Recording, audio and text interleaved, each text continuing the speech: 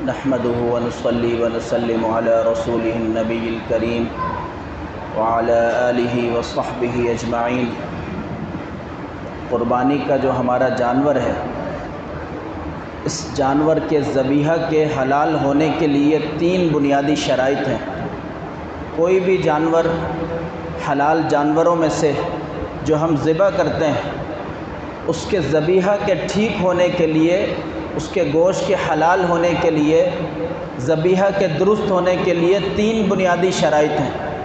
ان 3 شرائط میں سے اگر کوئی ایک شرط بھی نہیں پائی جاتی تو وہ جانور اگرچہ حلال جانوروں میں سے ہے، اگرچہ ہماری حلال آمدنی سے خریدا گیا ہے، اگرچہ ہماری نیت درست ہے، تب بھی وہ مردار ہوگا، وہ اس کا کھانا درست نہیں ہوگا۔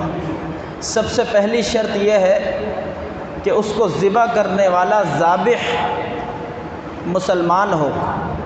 لہٰذا اگر کسی جانور کو کوئی کافر ذبح کرتا ہے تو وہ جانور حلال نہیں ہوتا۔ عام طور پہ قربانی کے دنوں میں چونکہ قصائیوں کی کمی ہو جاتی ہے، ان کے نخرے بڑھ جاتے ہیں، تو ہم اس چیز کا خیال نہیں کرتے۔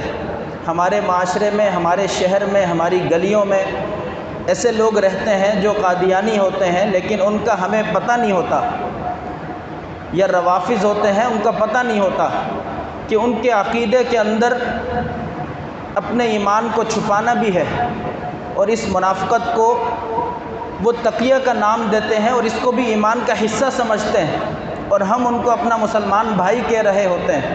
حالانکہ اگر ہم ان کے عقائد کو دیکھیں تو ہمارے رونگٹے کھڑے ہو جائیں۔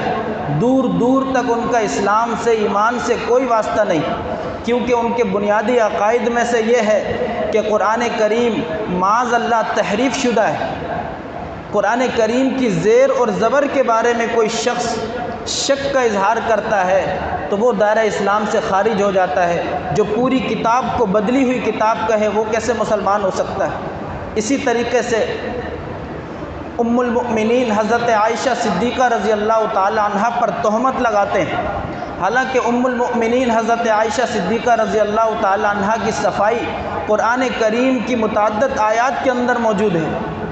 اسی طرح حضرت جبرائیل علیہ السلام کے بارے میں کہتے ہیں کہ وحی کو لانے میں ان سے خطا سرزد ہوئی، حالانکہ ان کے بارے میں اللہ تعالیٰ نے خود فرمایا مطاع ثم امین۔ اسی طرح ان کے عقائد آپ دیکھتے چلے جائیں کہ صحابہ اکرام کو گالیاں دینا ان کے ایمان کا حصہ ہے۔ اسی طرح آپ علیہ السلام کے بعد 12 بزرگوں کو نبیوں سے زیادہ درجہ دینا کہ یہ معصوم ہیں، ان پر وحی آتی ہے وغیرہ وغیرہ، جو ختم نبوت کا صراحتاً انکار ہے۔ تو ایسے شخص کو اگر ہم لے آئیں گے اپنے جانور کو ذبح کرنے کے لیے، تو ہمارا جو جانور ہے ہماری حلال کمائی ہے، ہم نے اخلاص کے ساتھ خریدا ہے، سب کا سب رائگہ ہو جائے گا، اس کا گوشت کھانا بھی جائز نہیں ہوگا، کیونکہ ہمارا جانور مردار ہو چکا ہے۔ تو ذبیحہ کے حلال ہونے کے لیے سب سے پہلی شرط یہ ہے کہ ذبح کرنے والا مسلمان ہو، صحیح العقیدہ ہو۔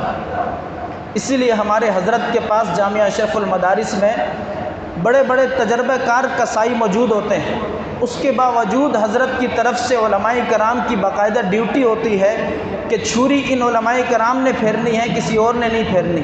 قصائی صرف جانور کو قابو کرتے ہیں، اس کے بعد چھری پھیر کر اس کو حلال کرنا علماء کرام کی ذمہ داری ہوتی ہے۔ اس کے بعد جو اگلا مرحلہ ہے وہ قصائی سنبھالتے ہیں۔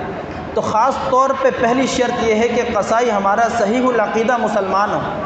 دوسری شرط یہ ہے کہ جانور کو ذبح کرتے وقت اللہ کا نام لیا جائے۔ اگر کسی جانور پر جان بوجھ کر اللہ کا نام نہیں لیا جاتا وہ بھی مردار ہو جاتا ہے، اس کا کھانا کسی بھی صورت جائز نہیں ہے۔ تیسری شرط کا بیان انشاءاللہ تعالی کل ہوگا۔ اللہم انت السلام و منک السلام تبارکت یا ذا الجلال والاکرام۔ اللہم انا نسألک العفو والعافیۃ فی الدنیا والآخرہ، آمین برحمتک یا ارحم الراحمین۔